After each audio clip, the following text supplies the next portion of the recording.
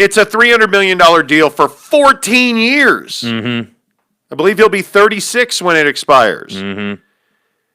And everybody celebrated in Wales, Virginia, San Diego, my favorite city on earth.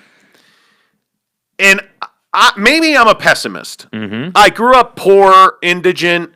Okay, that's a lie. I grew up without a lot of money. My mom wouldn't buy me Jordans, and I'm bitter about it. Now you have a ton of Jordans. Yeah, when people get paid, I tend to notice that. But I also start looking at the financial ramifications and the larger financial picture of a deal like this.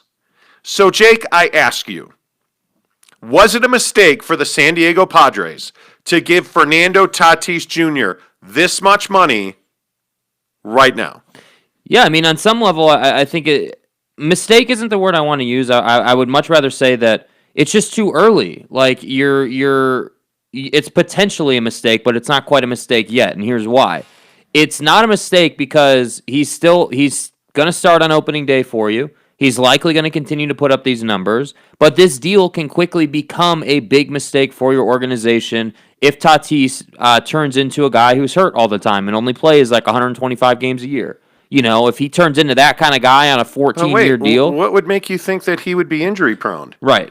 Yeah. Well, he has a history. He has a bit of an injury history. Mm-hmm. But say it again. How many career games has Fernando Tatis Jr. played? 143.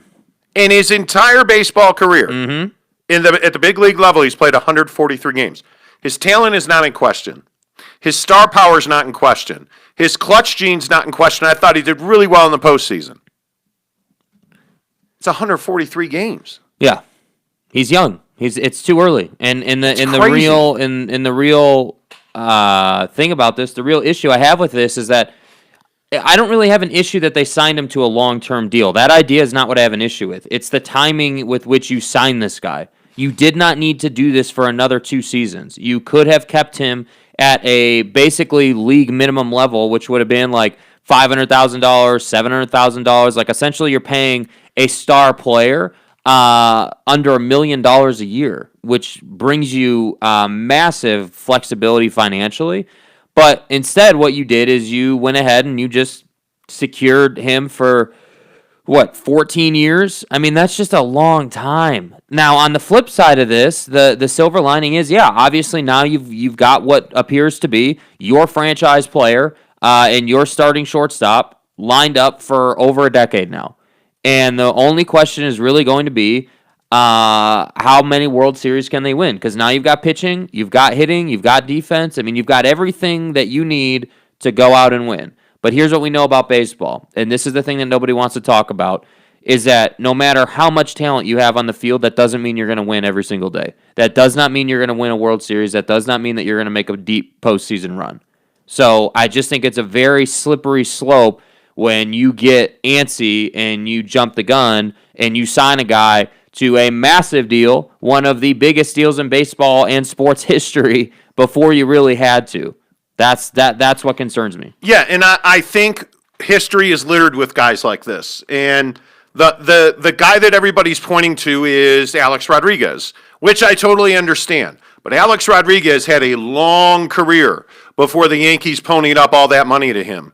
Fernando Tatis Jr. is going to make more on this deal than Alex Rodriguez did. Mm-hmm. And I point to the timing of things based on your roster that's currently in place.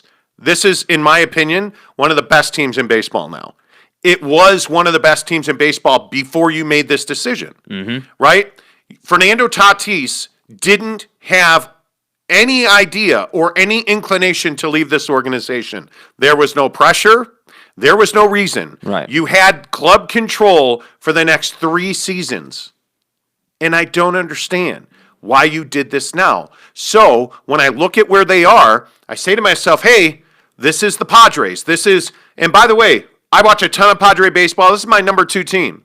Beyond the Chicago Cubs, who are not going to be fascinating on any level, the Padres are my number 2 team.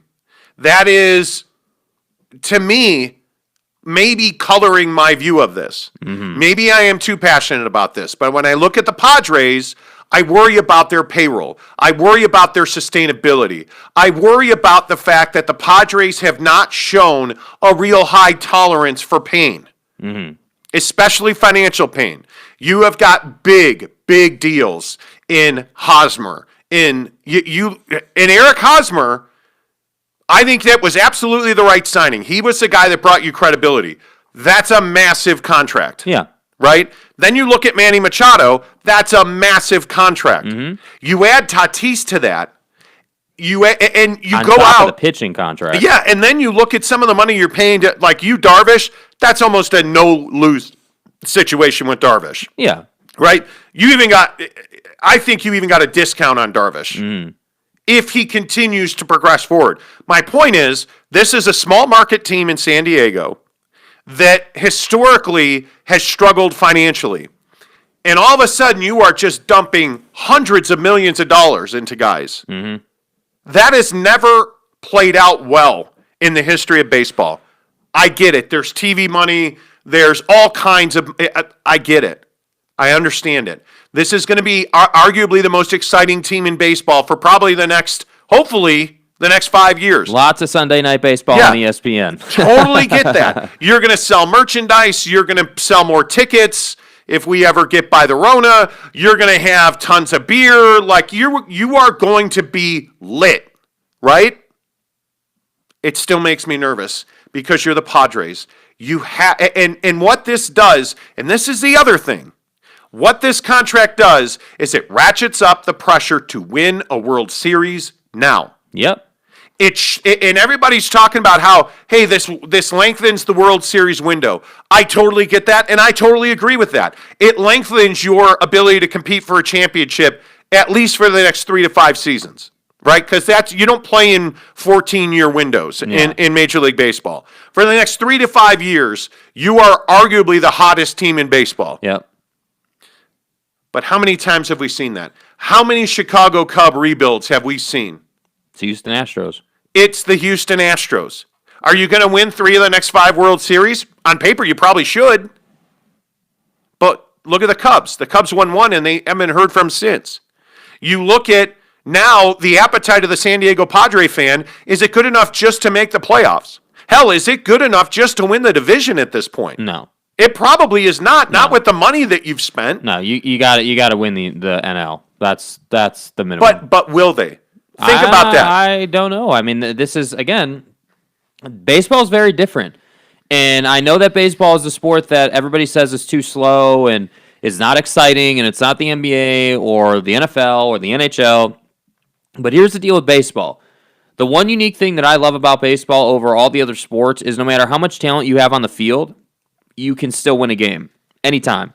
So when you're playing 3 and 4 game sets, you notice that it's rare that a team will get swept, 3 games in a row. Usually they'll win like 1. Like a bad team in Major League Baseball, they'll win 1 out of 3 games, but they're still a bad team, and that's my thing. Even though they have all this talent, it's still not guaranteed. It's not like the NBA where you're going to sign LeBron and D Wade and Chris Bosh, and then you're going to add Ray Allen, and then you're going to add Chalmers and all these guys, right? And that essentially is guaranteeing you a championship because LeBron is such a dominant player on the floor. That's not how it works in Major League Baseball. Major League Baseball is the ultimate team sport, Even if you're having an amazing day at the office as a pitcher, one mistake by an infielder and it's over, And that's my concern here. Now, do I think that they're going to contend for a World Series? Absolutely. Unless they have major injuries across this roster, yes, they're going to be certainly a contender for the NL championship, certainly. But I would expect them to make a World Series appearance shortly. And I think that the NL West just got super exciting. I think the Dodgers, the Padres, those 2 teams are going to battle it out. And then you've got the Rockies, the Giants, and the D-backs to round out the division. So, yeah, it's fascinating to me. The Dodgers are that team. When you have a guy like Walker Buehler, when you have all this youth that you own, you're going to contend for years at a time. Mm-hmm. The Dodgers and the Padres are right next to each other, and I actually think on paper, Padres are a little better. I mean, defensively, the Padres are miles ahead. Come on. Like you're making pragmatic baseball. You moved on from Austin Hedges, for crying out loud. Yep. We don't have to talk about Hedges not hitting anymore. Like, you've moved on. You've done a great job in the draft. Yeah. You've done a great job in trades. Fernando Tatis Jr. should be a Chicago White Sox, for crying out loud, if that makes any sense based on their talent, right? Like, you've done all this great work. The You Darvish deal, like all of these things you've done to build this team. Why take that extra step? Why take the extra risk with Tatis's contract when you didn't need to? That's all I'm saying. Yeah. His talent is unquestioned. His star power is unquestioned. I just don't understand the timing. It's early, but it is what it is. Hey, if the guy comes out and he's a 280 hitter and he's a great defender and everything's awesome, great. That's fine. But I'm just telling you, 5 years down the line, when this team is potentially not good anymore and you still have Fernando Tatis Jr. in your lineup, you'll understand why. You'll understand that, hey, this is the contract we signed. So listen, and I'm not trying to be, Danny Downer. I don't have a Timmy Downer thing. I don't have a way. I don't have a way to do that. These kind of signings, when you reward a young player early, never work out. And frankly, huge contracts in baseball almost never work out. Mike Trout's is really the only one that's been. Yeah. Did look at A-Rod again? Did the A-Rod deal work out for the Yankees? Not really. Probably not. Yeah. At the end of the day, but you look at you won a World Series. Albert Pujols and Josh Hamilton, and there's so many deals. Albert Pujols' contract is one of the worst contracts in the history of baseball. Yeah. Based on his production. And they didn't win. Now, the Angels don't invest in pitching. The Angels are never going to win, dude. That's probably it, right? But you don't question contracts like Mike Trout because he's done it year after year. He's shown he's durable. He's shown he's consistent. I just don't think has Fernando Tatis even earned that deal yet? No, he has not. It's too early. You haven't even played a full season yet. You haven't hardly been it's not like you've got 5 All-Star appearances and you're a Gold Glover already and a Silver Slugger. Like, you don't have all these individual awards yet to warrant the deal. But what I will say on the positive side of this conversation, he's gonna be a great player. There's no doubt about it. I mean, he's already got the star power. I'm just telling you, if the biggest concern in these situations when you pay a guy before he really deserves it and has earned it is that you paid him, you signed your life away. Okay, cool. What if he suffers a major injury or that happens? What if you're in that position? That's trouble. That's big time trouble. Well, and I think that would be the same situation in a couple of years when you signed him, right? But if you look up and down, you look at some of the opinions on this. Like I asked, did the Padres sign him too early? Did they make a mistake? Stephen Woods, our guy at Steven. What? How we doing? Ben and Woods in the morning in San Diego said, nah, you don't watch him every day. He's worth every single penny. Well, we do watch him every day, right? I don't know why it surprises people so much that I'm a Padre fan. Hey, really quick. Yeah, you're right. We haven't been watching him every day for 5 years, mainly because he hasn't been playing for 5 years. He's played 143 games. Well, but my point is, why are people surprised that, you know how many games we've been to in that, but that's a pilgrimage for us. Yeah. It's not I'm a huge Padre fan. We've been talking Padre baseball for 5 years. Yeah, to the point where Diamondback fans are tired of hearing about it. Yeah, it's this whole thing where look, and I love Ben and Woods, man. I love the show. If you don't follow their story and what they've been through to get to where they are now, you don't have an appreciation for that whole process they've been through. But listen, the fact is we do watch Padre baseball. The fact is that we do know how much it hurt the Padres when Lamet went down. We do know, the Austin Hedges saga and everything like that. So the Upton saga, if you don't follow Padre baseball, I don't think you understand the pain that fan base has been through. Yeah. So I understand why there is jubilation this morning in San Diego over Fernando Tatis Jr.'s contract. Right? I get it. Yeah. What Stephen Woods also says is that it absolutely does, given that far inferior talent will be getting more money in the offseason. You get a generational talent, you lock them up early, it's a no-brainer. King Sean 13 says, yeah, let's wait a couple of years and then it's worth close to $500 million. Right, but you would have won with him. He would have proven himself. You wouldn't have cared about $500 million because you'd have been making more than that on him at that point. Easily. Right? Like the money, the money's not the issue necessarily. The issue is, what are you going to get in return for that? And right now, you can forecast forward, but you really don't know what his stamina over 162 games. And man, hopefully, that's like 175, 180 games. You don't know what that is at this point, right? Like if you play, what does it take to win a World Series? You got, let's just say that it's 7 games, 2 series. It's like an extra 25 games. Yeah, like you don't know. He's never played that volume. Yeah. Right? He had a great year and a half season last year. I just want him to play 1 full season at least. Yeah. That's all I'm saying. I also think, though, with the Padres, and this is, maybe this is where the whole small market thing comes in, because when you do, if you compare him to a behemoth and, just the Yankees or whatever big market team you want to compare him to, big market teams operate in a different mindset than small market teams do. And I think that when you're a small market team and you've been through the struggle the Padres have been through, when you've been in a situation where you don't want to spend money, yet you're raising ticket prices and your fans are pissed, like when you go through that whole process, and then you finally get your generational talent, as Woods put it, that caliber of player that you feel like is going to be your guy for at least a decade.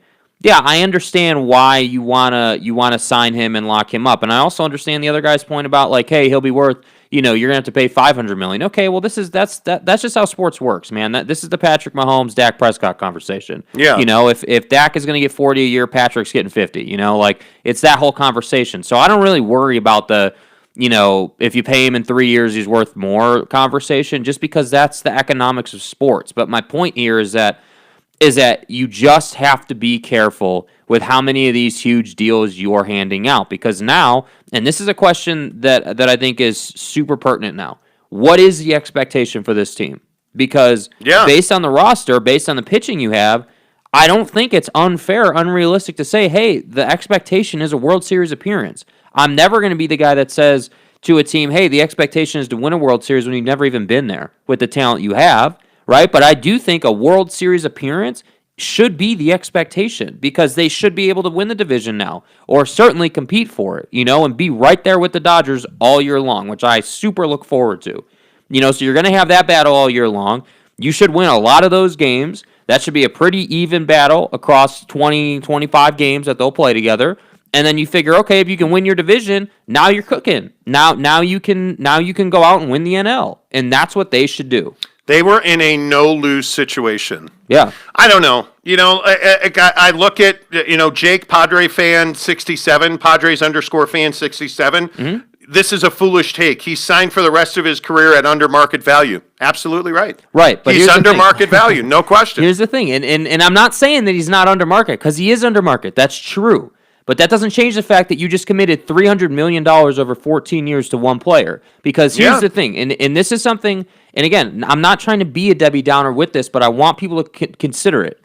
What is your take going to be in 5 years if this team has not won a World Series, but they've been the Dodgers, right? How many World Series appearances did it take for the Dodgers to win one? A lot, right? A lot. It took them a long time to win one. It's hard to win a World Series. So my point is, hey, if you're a Padre fan, are you just in that place where you're like, look, I'd rather them spend all this money and lock up Tatis and do all of this and get us to the World Series? I'd rather do that than just kind of, meddle in mediocrity. Okay, I get that. I can get down with that. But let's not say that there's no risk in this, because there's definitely big risk in it, for sure. Yeah. Listen, again, they're going to win the NL West.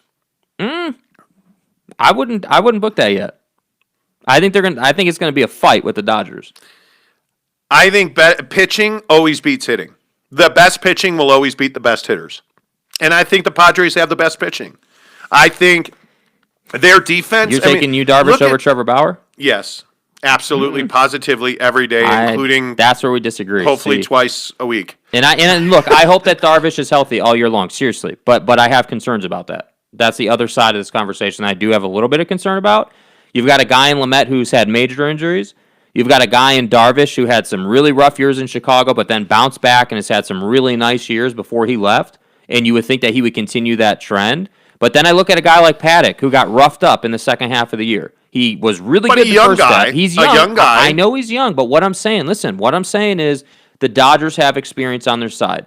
Trevor Bauer is going to come out. And that's currency. Experience is currency. Dude, Trevor Bauer is going to come out and buzzsaw teams, man. That's why he went with the Dodgers instead of the Mets. And I'm just telling you, it's not. We cannot confidently say yet that the Padres are definitely winning the division. I think that's going to be a battle all year long. I would put it at 80-20. They win the division. No. You don't think so? No. You're way too high on the Padres right now. Way too high. And again, I look, I get it. And this is why I say. Because they've never done it. And this is why I say, maybe my passion is getting the best of me in this situation. I want that team to win a World Series so desperately. Well, that's a different thing. I want them to win, too. I hate the Dodgers. I want the Padres to win the division. But right, I want them to win because I actually am a Padre fan. Mm-hmm. There's no question I hate the Dodgers. Yeah. I want them to win because I'm a Padre fan. Yeah. I want them to win because I reminisce and romance all the nights I've spent in that ballpark looking at sunsets. And we have spent a lot of nights there. Right? Like, I want that team to win so desperately. Yeah. But this doesn't, I get it. We could go round and round. Yeah. We could go round and round. They're in an interesting spot. Now it's time to win. Yeah, it's time to go and play. It's time to win. If they win 5 World Series in the next 10 years, if they win 3 in the next 10 years, I'm completely wrong today. You can come back in 5 years. If they win 2, 3, World Series in the next 7 years. Yeah. Come back, point to the show, and tell me what a moron I am. What are the chances that happens? Not much, because I guarantee you the Dodgers are going to reload. Yeah. I guarantee you. Freaking you. The Dodgers are not going anywhere. The Cardinals are good. Like you look there's at a lot of teams in the NL that are good. The Cubs are terrible, so you don't have to worry about them ever again. Nope. At least not in my lifetime, which hopefully is 65 more years. Thank you. Appreciate that. But I want them to. It's time to win now. The expectation has to go up. Mm-hmm. And it has to go up right now. Yeah. And the expectation cannot be going to the playoffs. No. It cannot be winning a playoff series. If you don't go to the World Series at a minimum, go play for the World Series. You are in the same position that the San Francisco Giants were in. Mm-hmm. You have young players that are your players that are under your control. And you've done a nice job sprinkling in the Machados of the world, the Darvishes, the Hosmers. What did the Giants do? They won World Series. 3 World Series. Multiple World in Series. 6 years. On even years. Yes.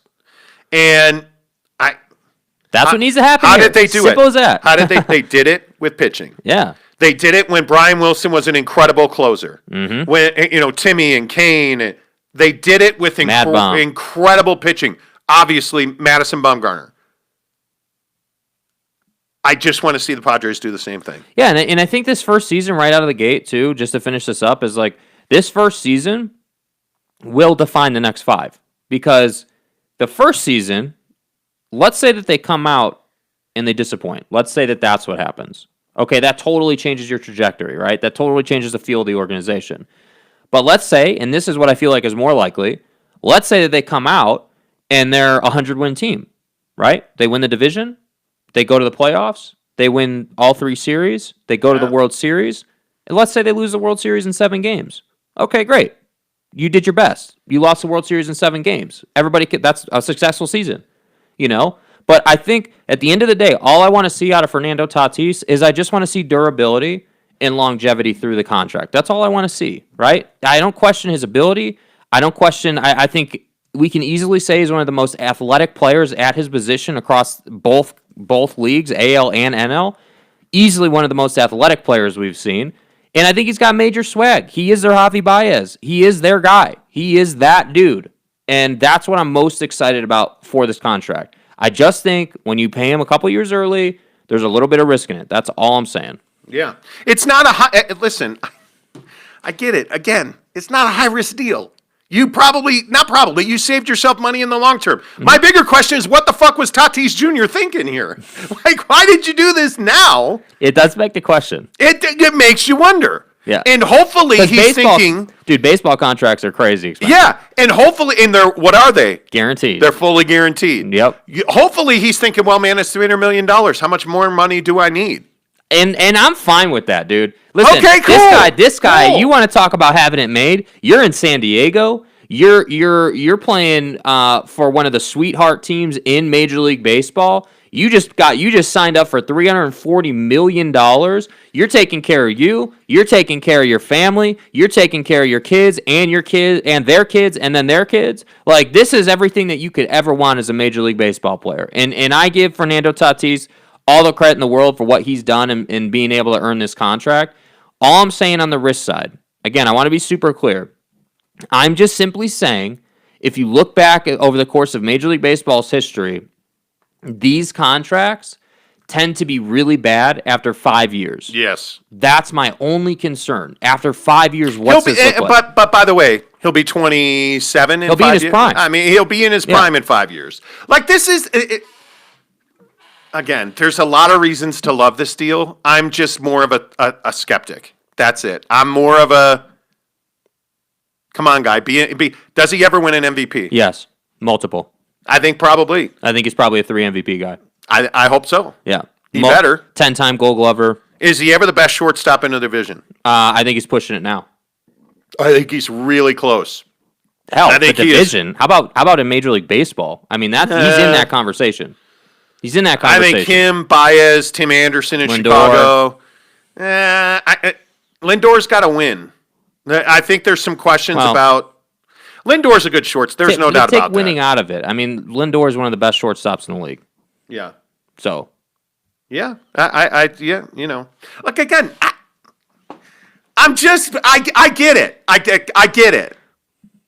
I just think you had club control for multiple years. Why did he do it? Like, what? That's the other part of this that nobody's talking about. He left probably $100 million on the table. He'll get paid again. He won't play all 14 years of this deal. I guarantee it. He'll re-up. No chance. Dude, it'll happen. I guarantee it, dude. Guaranteed. Okay. Guarantee you. Because what's going to happen? What's going to happen? We're going to get 5 to 7 years into this deal. They will have gone through their winning window as an organization, right? And then what's Tatis going to do? Tatis is going to say, well, this new prospect. But how often do you see contracts get torn up in baseball? Oh, I think you can renegotiate a baseball contract, totally. Yeah, well, you can, but how often does that happen? Well, it doesn't happen a lot because typically when guys get this kind of money, they haven't just played 143 games. They're 5 years into their career, and they retire on these deals, right? But this guy is so young that, 7 years into the deal, he's going to be like 28 or whatever. So he's going to be in his prime. And I'm just looking at other shortstops. He's better than Gleyber Torres. Yes. I mean, in my opinion, he's better than Carlos Correa. Yes. Which is a guy that nobody ever talks about. I think he's better than Correa. Xander Bogaerts is interesting. I think he's better than Xander Bogaerts. Yeah. Is he better than Javi Baez? It's close. It's really close. I think offensively he's probably better than Baez. He's more well-rounded than Baez is, absolutely. I think Baez probably has a little more power, but Baez also strikes out a lot more. I think Lindor's interesting. I've always underrated him. You've always loved him. Mm-hmm. I've always underrated him, and we'll see. We'll see. I just wanted to... I want a World Series. Simple as that. That's it. Yeah, win the World Series, and we can stop talking about contracts. They better win it anyway. Let's stop. We've belabored the point. We've belabored the point far beyond where it needs to be, and my Twitter feed is exploding with Padre fans telling me what an asshole I am. I didn't sleep for the past 2 nights because of this. I was that upset. Yeah, it's that asshole in Utah who caused me to lose sleep in Wales, Virginia. I personally would like an apology. Yeah, well, it's not going to happen. Ask me if they win 3-7, 3-5. Okay, cool. I'm an idiot. All gas, no break. I'm all in on this being too early. I'm all in on this being too early. I'm all in. Is baseball your favorite sport? Yes, absolutely. Really? I love baseball. Yeah. Football's mine. But I love baseball. Like, I grew up playing it. It's my pastime game. Yeah, so I played baseball my entire life. I'd still be playing now if there wasn't a pandemic. Like 10 people have been like, "Hey, man, why don't you join my adult team?" I would love to. I'm not getting the Rona. I'm not getting the Rona. Yeah. I would love to. I miss playing. I miss the days. One of the coolest things I've ever done is played with Brett Saberhagen. Back in LA, back in the day. Like, I mean, yeah, it was amazing. He's a pitcher who played shortstop for us and hit bombs. Dude. Like, that was amazing. I'll never forget when we jumped into a men's league game in SoCal and we just took over, bro. Okay, so let's tell that story real quick. We were looking to play baseball together, Jake and I. So we got into an 18-plus league. And I mean, you may not tell, but you might think that I'm just a model and stuff because of my good looks, but I can actually rake a little bit. And so we get into this men's league, and they're like, "Okay, you guys will bat 9th and 10th, like in game 1," and we just crushed. The next week we were hitting like 3rd and 4th, and we just crushed. Like it was awesome. It was the one I will never forget. Is we were playing in this huge park. Like it was I don't even remember where it was. It might be in Covina or somewhere. I don't remember. We were playing in this huge park. Yeah. And legitimately I can hit. Like I've hit a lot of home runs in my life as a baseball player. Like I can really hit. The center field was probably one of those 410, 420. Field, dude. And I hit a ball off the wall in center field. And I don't know why it's stuck in my head. I just remember that when I hit the ball, the pitcher he threw his arms down to his side. Like, what are you doing? Yeah. Or like, how did that happen? How did you leave it over the plate? Yeah, and I if I remember right, it was a single off the center field wall. I'm not a gifted base stealer. But anyway, like it was just fun. Like hitting ropes to right center field. Yeah. Because all my power's to right center. Mm-hmm. Hitting ropes to right center field it was fun. Yeah. It was It's fun. a good time. It is. I miss being young and thin. Yeah.